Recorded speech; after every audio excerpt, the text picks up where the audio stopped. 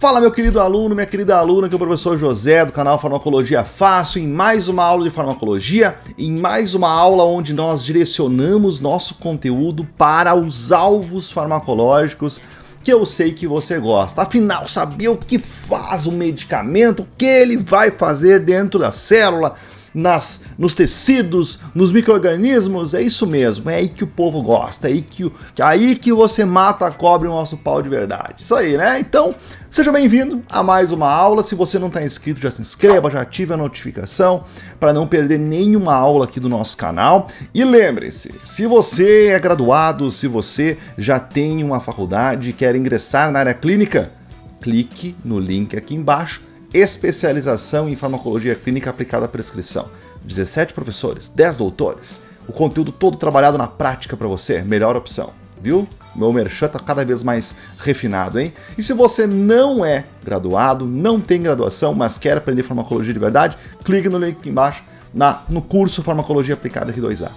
Pois bem, na aula de hoje nós vamos falar sobre os alvos dos antivirais. Afinal, aonde atuam os antivirais? Mas antes disso temos que entender o vírus, né? O que é o vírus? Então, vamos para a aula? Bora!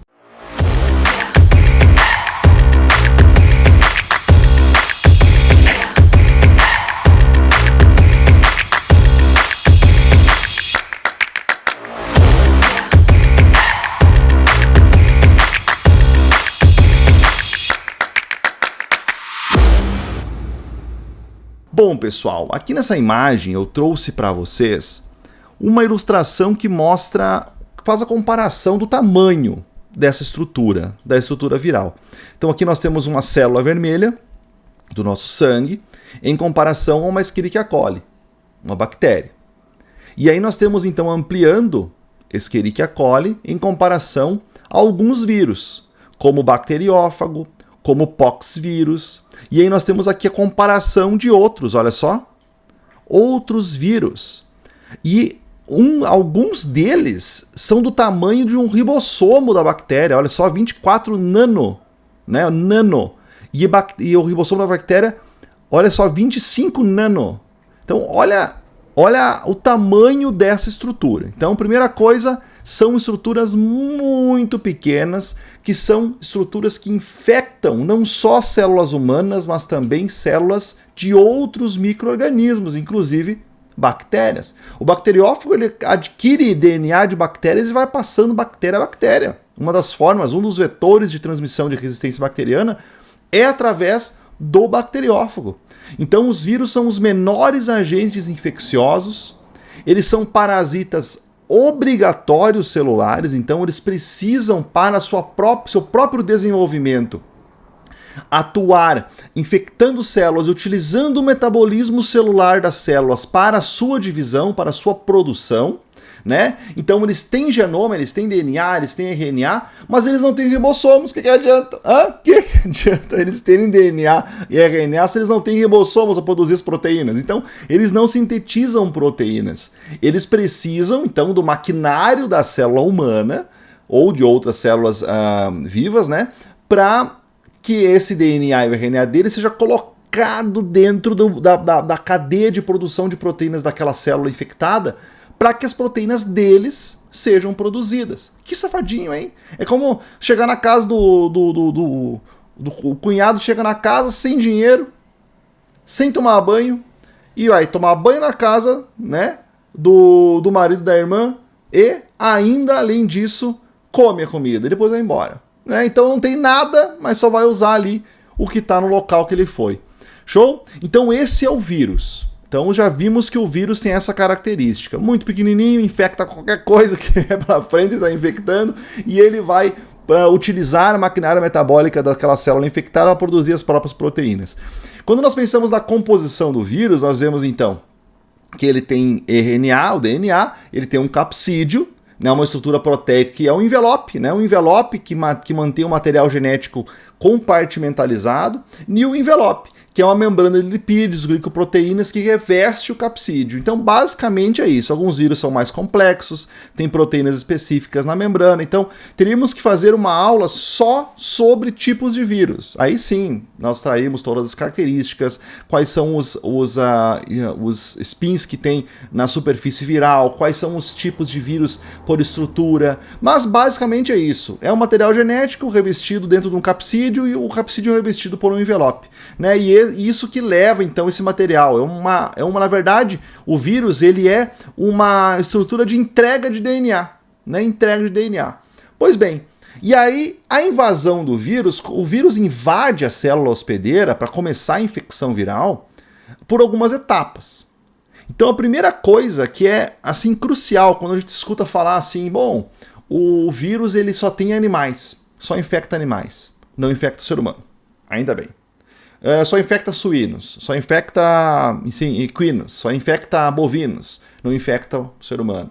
O vírus só existe no macaco, não existe no ser humano, entende? Não causa, né, a infecção no ser humano. O que significa isso? Boa parte dessas características de seletividade, de invasão, tem a ver com a ancoragem. Simplesmente o vírus, a gente inala o vírus, a gente adquire esse vírus. Só que ele não acha lugar para ligar. E ele tem um prazo curto para fazer isso. Ele degrada e você foi. Não tem mais infecção. Então ele não tem ancoragem. Sabe a âncora do navio que segura o navio? Pois é, a ancoragem é a adesão do vírus às células do hospedeiro. Essa primeira ligação na superfície da célula, ela é muito importante. E aí alguns vírus, eles só existem em espécies específicas porque nessas espécies eles têm essa ancoragem. No caso, uma das vertentes, né, que se busca da pandemia, da origem da pandemia, é que o coronavírus ele desenvolveu, né, o Covid-19, né, o coronavírus de 2019, ele desenvolveu proteínas de ligação para o ser humano, né, ou por laboratório, ou por seleção natural, enfim. Mas essa é a ancoragem que muitas vezes limita a infecção por um determinado vírus. Então, quando existe um vírus no mundo que já tem essa ancoragem estabelecida na sua dinâmica de invasão, ou seja, ele já tem capacidade de infectar o ser humano, já existe risco. Porque aí as mutações desse vírus, as mutações vão ser pela agressividade, aumento da agressividade dessa invasão, a estabilidade no meio ambiente, o quanto ele consegue infectar mais indivíduos. Então, fatores diferentes, né, do que a invasão. Normalmente o limitador é a ancoragem. Então, o primeiro passo da invasão viral é a ancoragem. Por que eu estou falando isso? Porque essas são as etapas de alvos farmacológicos também. Então, primeira etapa, ancoragem. Segunda etapa, penetração. Terceira etapa, então ele penetra na célula, né? Terceira etapa, quando ele penetra na célula, ele abre os envelopes que ele tem e libera o material genético, então isso se chama desnudamento. Aí depois começa a replicação e síntese de proteínas do vírus, aí essas proteínas vão se juntar e formar um novo vírus dentro da célula do hospedeiro e depois ocorre a liberação. E a liberação então pode ser com a eclosão da célula, tem alguns vírus que eles começam a se replicar dentro da célula até eclodir a célula, matar a célula e ele é liberado no meio externo e vai invadir outras células e às vezes ele vai sendo liberado aos poucos, ele vai saindo pela membrana plasmática e aquela célula hospedeira ela vai ser produtora de vírus por longos períodos porque ela não é destruída. Então, existem especificidades para cada tipo de invasão, mas essas são as etapas. E aí a farmacologia, ela vai trabalhar em cima dessas etapas também, né? Cada vírus nós temos um tipo de invasão, uma etapa diferente mais importante, mas os antivirais, então, eles vão atuar principalmente nessas etapas que transcorreram aqui na minha explicação, do início até o fim da liberação do nosso vírus. E diferente, pessoal, dos antibacterianos, por exemplo, dos antifúngicos, que nós temos ações em bloco, espectros de ação, né? Então, por exemplo, você tem um antibacteriano que tem um mecanismo, por exemplo, de inibir a transpeptidase, que é uma enzima da bactéria, e ao inibir a transpeptidase, ele vai atuar em várias espécies diferentes, não é? Então, ele tem um mecanismo que várias bactérias compartilham. Então, ele tem um espectro amplo. Quando nós falamos do antiviral, uma que nós não temos tantos vírus assim perigosos para serem tratados. Nós não temos um antiviral para cada tipo de vírus, porque a nossa imunidade, através dos interferons, combatem a invasão viral. Então nós temos uma imunidade bem especializada, muito especializada para combater o vírus. Então as viroses normalmente são específicas para aquelas que são utilizadas no antiviral. Então nós temos poucos antivirais, poucas infecções virais que precisam desses antivirais, e por isso que o mecanismo é tão limitado. Diferente dos antibacterianos, antifúngicos, antiparasitários e assim por diante. Show? Então, vamos lá. Então, na primeira etapa, que nós chamamos de ancoragem, nós temos alguns vírus com proteínas de fusão, né, proteínas de ligação, que conseguem ser inibidas. Por exemplo, o HIV. Né? O vírus do HIV, ele tem proteínas de fusão celular que podem ser inibidas, por exemplo, pela infulvirtida, ou T20, que é um medicamento utilizado para impedir a ancoragem do vírus HIV. Ah, mas ele pode ser utilizado para outros vírus? Não, porque ele liga numa proteína que é reconhecida pelo vírus HIV. Então é específico, então é mais um medicamento, por exemplo, que pode fazer parte dos coquetéis anti-HIV. Aí nós temos também os bloqueadores de canais iônicos que ligam no capsídeo. Então depois que o vírus entra, né, depois que o vírus penetra na célula, ele tem que liberar o material genético. Então aquela cápsula que envolve o material genético, que tá nesse triângulo está representado, precisa ser liberada. Precisa entrar íons nessa cápsula, íons sódio, potássio, para que ela ecloda. Então aqui nós temos os bloqueadores de canais iônicos. Então eles bloqueiam esses canais e a cápsula fica íntegra. E não libera o material genético. Então não adianta nem invadir a célula, né? Não vai conseguir liberar o material genético. E aí nós temos então amantadina e rimantadina. Esses medicamentos são utilizados para alguns tipos de vírus influenza. Então eles bloqueiam a liberação do material genético. Então é atuando no desnudamento viral. Ah, mas atua em todos os vírus? Não, em algumas espécies do vírus influenza. E aí nós temos também os inibidores da polimerase, talvez sejam os que mais vocês conhecem. Né? Então a polimerase, né, essa fase é a fase de replicação viral. Então vejam que o material genético do vírus, aqui é um DNA, ele foi... Aqui é um exemplo do retrovírus, tá? Então aqui tem a transcriptase reversa, que transformou o material genético em DNA. Esse é um exemplo do vírus HIV. E ele foi inserido no material genético do hospedeiro. Olha isso, pessoal. Inserido. E agora o material genético do hospedeiro começa a ser transcrito junto com o material genético do vírus. Olha que safado esse cara. E aí ele começa a produzir também, além das proteínas do hospedeiro, começa a surgir aqui proteínas do vírus. E essa fase de replicação, uma das enzimas mais importantes é a polimerase. E então nós temos os inibidores da polimerase, aqueles que são muito parecidos com os nucleosídeos, né, com as estruturas que montam o DNA.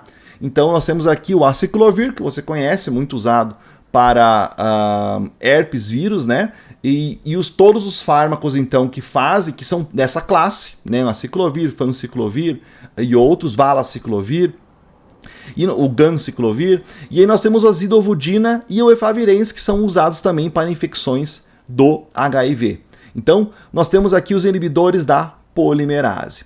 E aqui, por fim não, né? A próxima etapa é onde essas proteínas produzidas pelo vírus são montadas, né? São montadas e elas formam, e elas são produzidas, né, em toda a fita, né, todo o peptídeo produzido, e ele precisa ser cortado, moldado para dar origem ao vírus. E esse corte é feito pelas proteases do nosso hospedeiro, né, da célula hospedeira.